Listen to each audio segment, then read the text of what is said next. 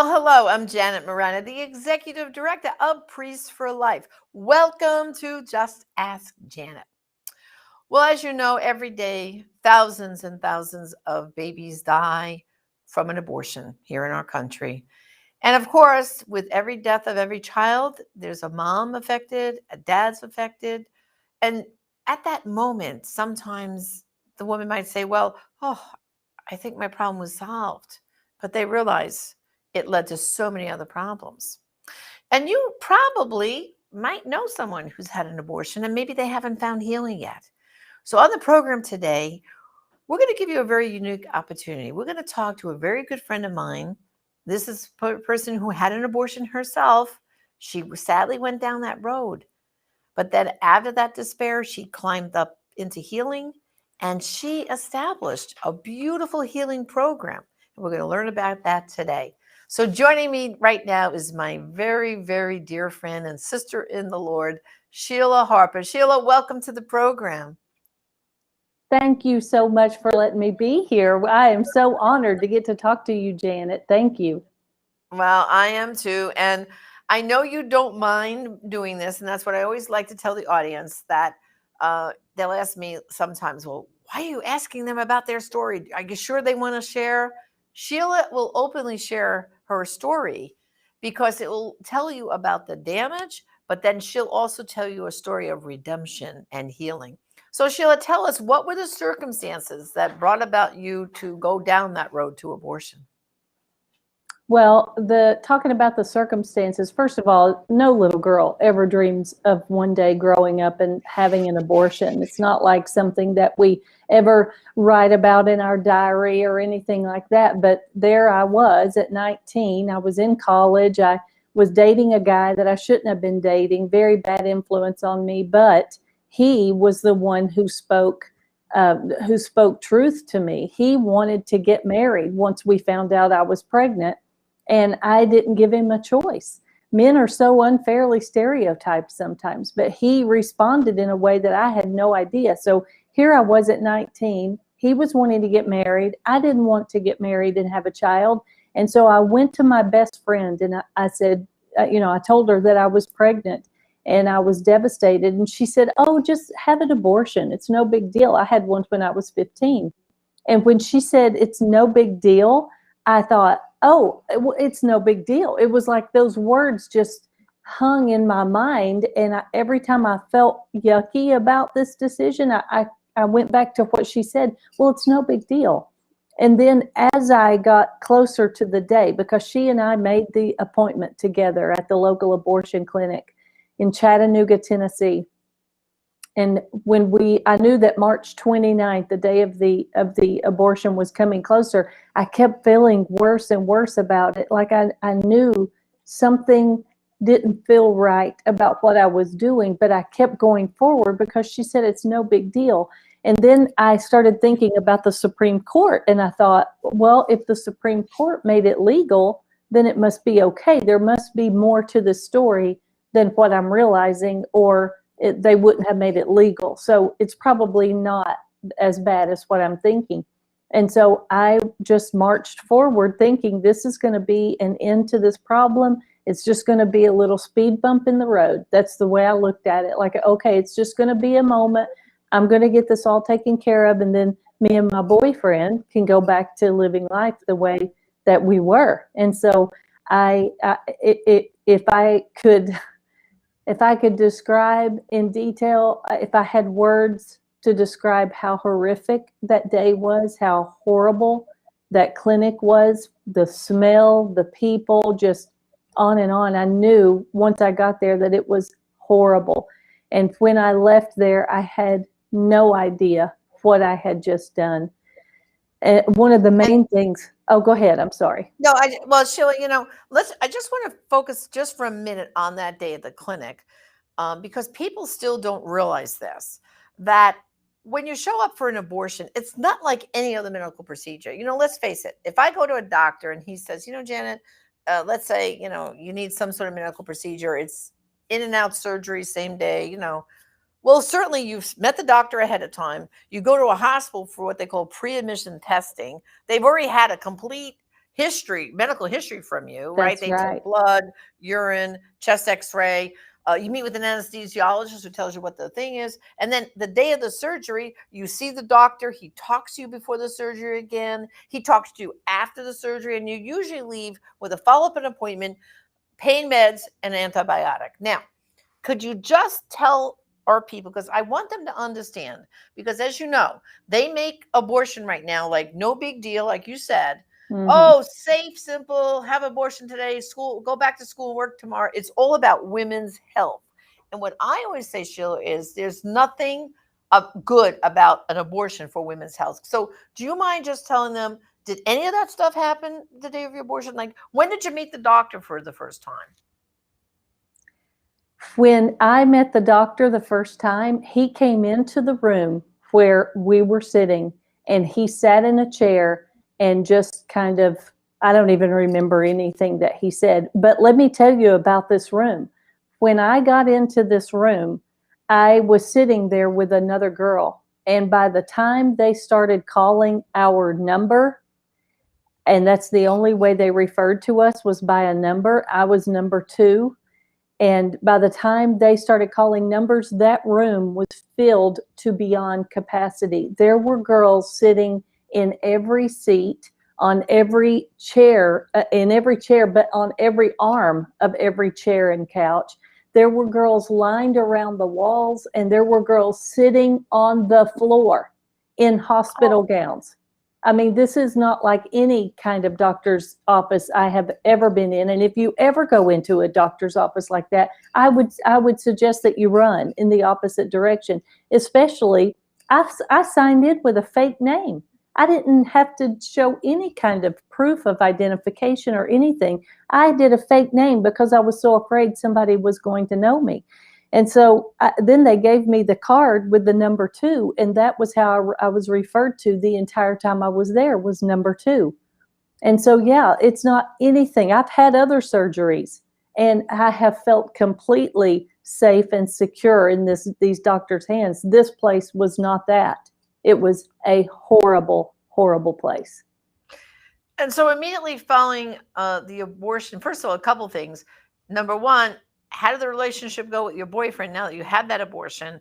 And how did you feel then in those following months after that abortion? Well, I knew right after the abortion something was horribly wrong, because they took me into a recovery room that was nothing but a room filled with beanbag chairs. And I remember seeing those girls coming into this room, those same girls that I saw flipping through magazines and talking. Everybody was coming into this room completely different. That we were crying. I was crying. Nobody was looking at each other in the eye. All I wanted to do was get out of there. And so as soon as I could get out of there, I did. And I went home. My boyfriend stuck around for a couple of weeks, and then he broke up with me. And I really don't blame him. I deserved far worse. That was just as much his child as it was mine. And he couldn't stand the sight of me. And so what I thought I was saving completely vanished, because he was over. And I felt this rejection that was absolutely horrible. And it was at that moment I took that secret and I buried it as deeply as I possibly could, so nobody would find out what I had done, because I knew at that point this was a big deal. It wasn't what my best friend had made it out to be, that it was no big deal. It was a really big deal. Did you ever have a conversation with her again about it? Or when stuffing it, you never even spoke to her? Because I'd be curious to say, like, did you say, you told me this was no big deal and I am devastated? Or did you just stuff it so far down that you just kind of tried to push on with life? Well, it was one night in a bar, because right after the abortion and the rejection of my boyfriend, I started hitting the bars like crazy. I didn't drink a lot before, but then I just started. And me and her, we would go to the bars every night, just started hitting the bars so hard. And it was one night, it just in this, both of us were drunk. And I told her, this really bothered me, this abortion. I don't know how you did it, and it was no big deal. And she confessed to me that even though she had an abortion at 15, she tried to take her own life at 16. And she never did tell me that part. And it was at that point our relationship ended, because I knew she had lied to me. And I don't really know why. I never had closure over that relationship. I never knew why she lied to me and told me that it was no big deal. But I knew at that point I did not want her in my life anymore, because this was a devastating moment for me. And then how long did it take you? Like how many years, or what was the timeline till you finally said, I need help, I need healing? And how long did that take? Well, my life just kind of went off the rails after that. Within the year, I was completely reliant upon drugs and alcohol just to get through the day. In the middle of all of this, I met a man who was wonderful, and I cleaned myself up enough to get married. And I say he was wonderful. He was actually an alcoholic, and we met in a bar, and we were both drunk. But that was just my life. I just lived in this numb state. And we got married and had a child right away. And he would talk openly about how much he hated abortion and how abortion was so horrible. And it wasn't until a year and a half into our marriage, I finally confessed to him that I had had an abortion, thinking he was going to leave me and, just walk out and take our kids and all of that. But he didn't. He loved me. And he started thinking, okay, well, we need to get some help for you. And so we did the only thing we knew to do. We found, and this was back in 1992, we found a secular psychologist in the Yellow Pages, okay? So that was the only thing we knew to do. And I'm not against counseling, but if you're going to get counseling, it should be biblical counseling, because we went to this secular psychologist thinking, okay, I'm going to get some counseling and she's going to help me. But she made me feel worse than I already had. She confirmed that I really was crazy, because she was pro-abortion. And it was like, why are you feeling badly about this? And it was not a good experience. And it just kind of confirmed to me, I really am crazy. I really am losing my mind, because what society was telling me was that I had made a good choice and this was my right, but that was not what was computing on the inside. So how did you get back to the Lord and establish, which we're going to talk about now, is one of the best healing programs out there? But how did you get to there? Well, how did you say, I know I'm not crazy? I know, it's hard to believe, but I was simply driving down the road one day, and a commercial came on the radio, and it said, if you're suffering after an abortion, we have a class for you. And I remember just like looking at the radio, turning up the knob, like, did I just hear what I think I heard? Because I had so isolated myself. I thought, there's not anybody out there that is really suffering after an abortion. It's just me. I'm just the only crazy one. And to hear that somebody had formed a class, that like there's enough of us that we could form a class. And so after 3 or 4 attempts, I finally showed up one night to take this class, and it absolutely changed my life. And it was literally just God's word applied to that wound that abortion had left me with. And so I went through this class. I did my homework. I knew from the very first night it was going to be different, because when I showed up terrified to tell anybody my story, everybody else in that room was telling my story.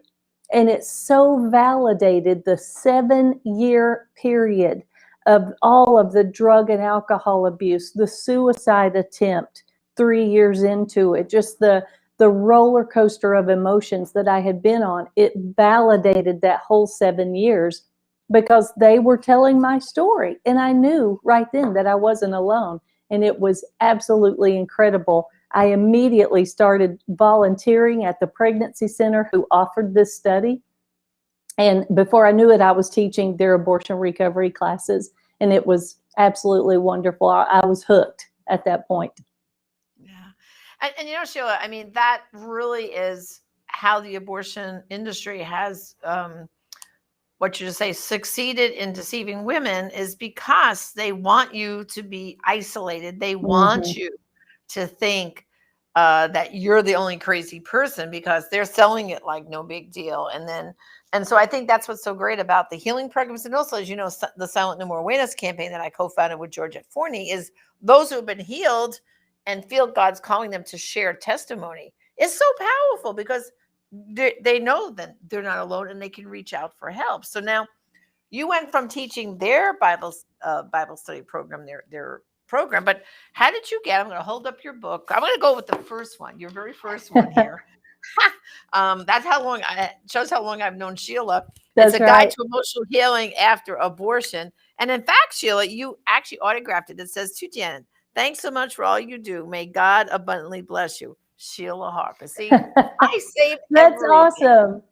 So tell everybody, how did you come to develop now your own healing program? Well, as I was teaching this class, we moved from Chattanooga, Tennessee to Nashville, which is where we live now. And we got involved in a big church up here, and I asked if I could teach this class. It was another Bible study, and it was the only thing I knew. And when I went and taught this class at this huge church, the very first night, I had 10 women show up, which is, if you've been in abortion recovery, that's a really big class.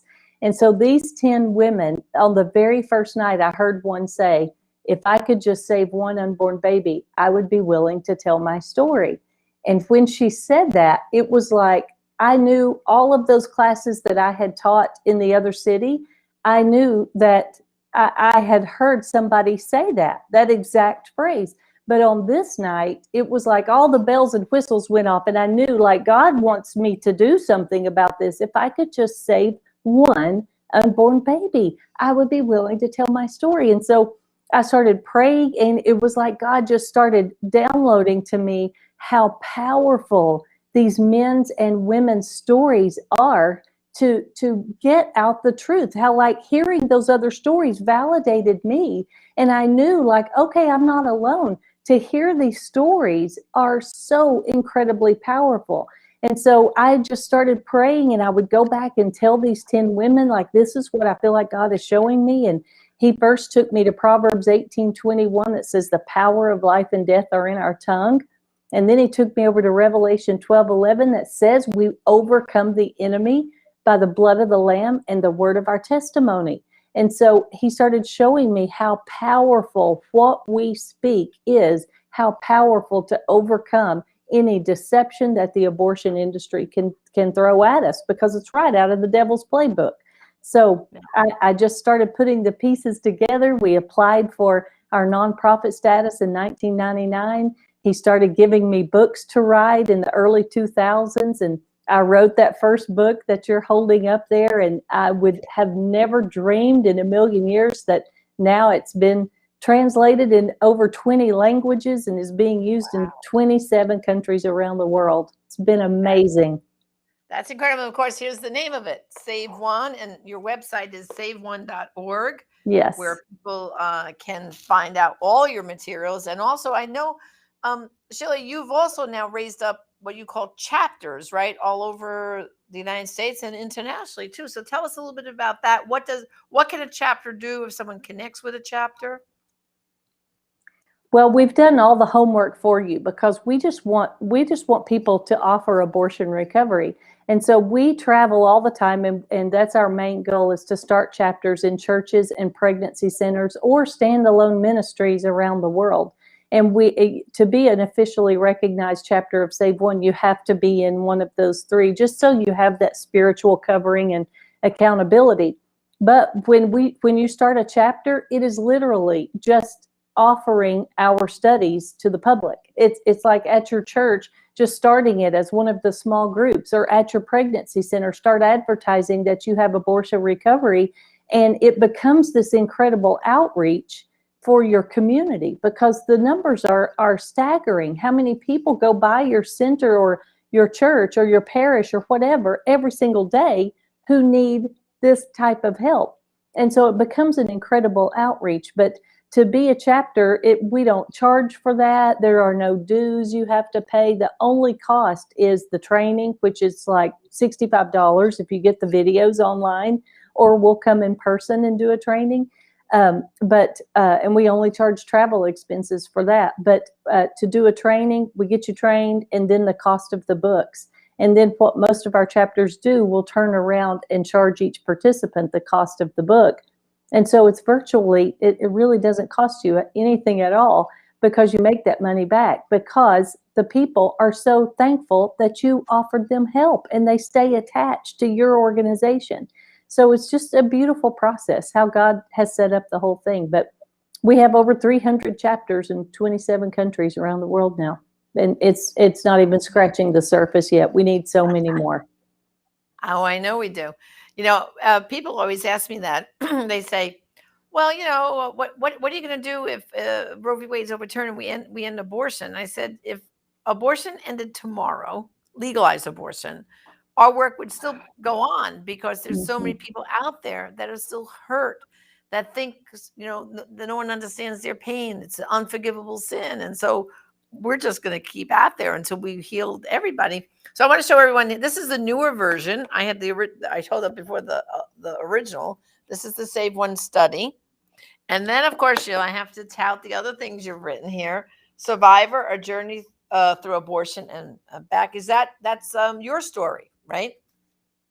Yes, it is my story, my whole testimony of what happened to me after the abortion. Yeah, because just now, she just gave you a quick glance at it, but this book really goes into the whole depth of it. And then, of course, your newest book is SaveOne, the Ripple Effect. And that's kind of what I wrote about, and someone more talks about it, is the shock waves that at the death of every baby, it has this ripple effect, or this shock wave that reverberates out. It affects the dad, the grandparents, future siblings. I mean, it goes on. And that's the part that people aren't even realizing, right, Sheila, of this ripple effect of abortion, right? That's right. There are so many people out there. We've had people come through the SaveOne class who drove someone to an abortion clinic. It may have been 20 or 30 years ago, and they're still suffering because they see what happened to the person and they feel like they were a part of that. So it is a huge ripple effect. And just so I could say, Janet, your book was amazing. The book Shockwaves, I read that as well. It's really, really good. Oh, thank you, Sheila. Well, we all have to keep writing and getting the word out, because when you listen to the secular world out there in the media, they are still promoting abortion like no big deal. Have it today, That's right. Go back to work and school tomorrow. But we deal with the fallout. We see the damage. We see the people who are suffering. And we also see the joy of the Lord in them when they are brought to healing, right? I mean, it is just, I find it so incredible because, I've also done a lot of the Rachel's Vision retreats. I've been on team. And you must see this even with the Bible study. You get that woman on that first entry point, whether it's a retreat or a Bible study, and you can see they're all nervous. A lot of them, they're afraid to make eye contact. But then as they get into the program, right, Sheila? And then as they get to the end, I think we should take a before and after picture, It's kind of like what they want to do when you get your hair done, a before and after picture. I think there should be before and after pictures, because if the person could see their face, really look at your face before you started your healing, there's just a certain way their face is. And then when they've finished that healing, that program, it's like they've been uplifted. You can actually see it, right, Sheila? It's visible in their faces, isn't it? Mm-hmm. Yes, absolutely. And I tell people in our trainings that your seat as the leader is addictive, because you get to watch firsthand God's miracles take place. And it's exactly like what you were saying. You see them come in so broken. Sometimes they can't even say the word abortion. And then after 3 and 4 weeks, they're starting to talk to other people. And then after 6 or 7 weeks, they're starting to be completely transformed right before your eyes. And it's absolutely beautiful. Can I just tell a quick story real quick about that same thing? Well, when I offer this class, it's always very confidential, like we make sure. And my husband and I used to pastor a church, and so I would hold the class, and people would always, want to make sure you're not telling your husband, the lead pastor, who's in this class. And I always had to go overboard letting them know, no, he doesn't even ask. He knows this is confidential. We do not tell who's in this class. I don't have to turn in a roll or anything. This is our secret. It's confidential. I would go on and on. So I was holding this class one time, and everybody knew there were 4 women in this class. We didn't have any men or anybody in there this time, but there were 4 women in this class. And on the very last night, my husband had to drop me off. We have what is called a night of honor, and it was the night of honor on the very last night. And we had that at one of the participants' houses. And so my husband had to drop me off because we had to go to the airport or somewhere after that. And so he dropped me off really early, and then he left. And then when he came back, he texted. And so I said, okay, guys, I'm going to go out to the car and leave, and then just watch. And when I'm gone, then you can go to your cars, just to keep that confidentiality. Well, it was at the end of the class. Well, one of the girls sat up and she said, I'm going to go tell Pastor Jack hi. And it was like, all of a sudden, she didn't care that he knew that she was in the class. And so when she said that, one by one, each one of them said, well, I'm going too then. If you're going, I'm going. It was like just this courage rose up in them. And all of a sudden, they didn't care who knew that they were in that class. And it was because they were healed, and they were ready to tell people their story and what was going on. And so the one by one, they went by our car and said, hi, Pastor Jack. Hi, Pastor Jack. Just kept on and on. And by the end, he was crying because he knew what a big deal that was, that they weren't keeping confidentiality anymore and they didn't care. Yeah. So it's moments like that that are so incredible. Well, and it's because the shame has been removed. Well, That's Sheila, right. thank you so much. I want to remind everyone that same shame can also be removed from someone you know. So please go to Sheila's website, SaveOne.org.